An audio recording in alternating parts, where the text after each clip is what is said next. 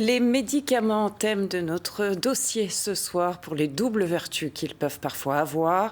S'ils sont conçus pour une pathologie spécifique, certains peuvent s'avérer efficaces pour d'autres maladies. À Strasbourg, le CHU de Haute-Pierre teste un traitement pour le cœur pour soulager la polyarthrite rhumatoïde. Un dossier de Marie Edman et Marie-Christine Lang. Chez vous, c'est toujours les mains qui posent le plus de problèmes. C'est pas les autres articles. Les pieds aussi. On va commencer par regarder les mains. Christelle Magalaès souffre de polyarthrite rhumatoïde depuis 4 ans.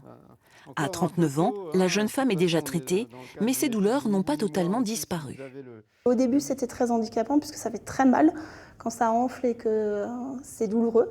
Alors les doigts, voilà, on le gère. Je le gère au quotidien, mais c'est vrai que sans le traitement, ça devient compliqué.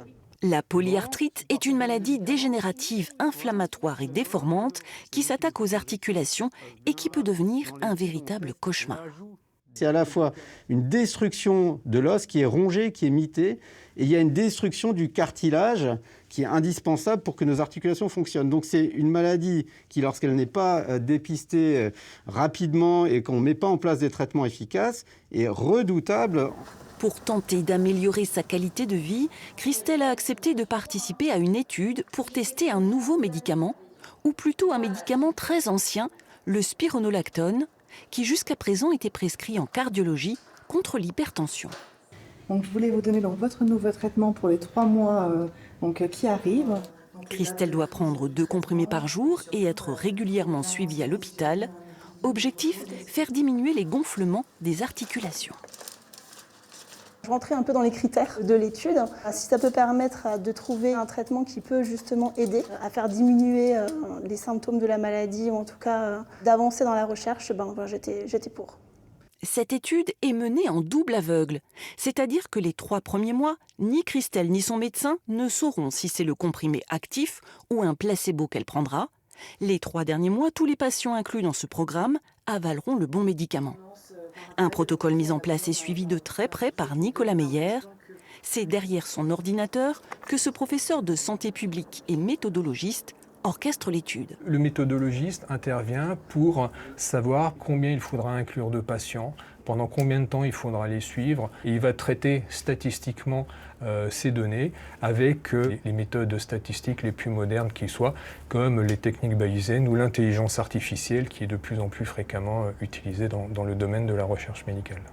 Les Strasbourgeois ne travaillent pas seuls sur ce repositionnement de médicaments. Ils se sont alliés à des confrères allemands et suisses grâce au programme européen Interreg. Le droit et la science ont des parcours qui se mêlent parfois. L'intérêt, c'est de promouvoir un objectif européen qui est de développer l'innovation et la recherche de manière transfrontalière. 150 patients des 3 pays participeront à cette étude d'ici 2025. Utiliser un médicament connu réduira aussi la durée et les coûts de cet essai clinique. Quand l'industrie développe toute seule un médicament de A à Z, c'est plusieurs milliards d'euros, plus d'une dizaine d'années. Quand on repositionne un médicament qui est déjà utilisé dans une autre maladie pour traiter une autre maladie, c'est la moitié du temps, c'est environ 5 ans et c'est plutôt quelques millions d'euros. Et surtout, ce qui est très appréciable, c'est que c'est des études qui peuvent être menées, par exemple, à l'hôpital. Sans l'aide de l'industrie pharmaceutique, on est complètement indépendant. Les enjeux sont considérables. Si l'étude est validée, les patients européens souffrant de polyarthrite pourront bénéficier du spironolactone en plus de leur traitement habituel. 0,5% de la population adulte est touchée par la maladie.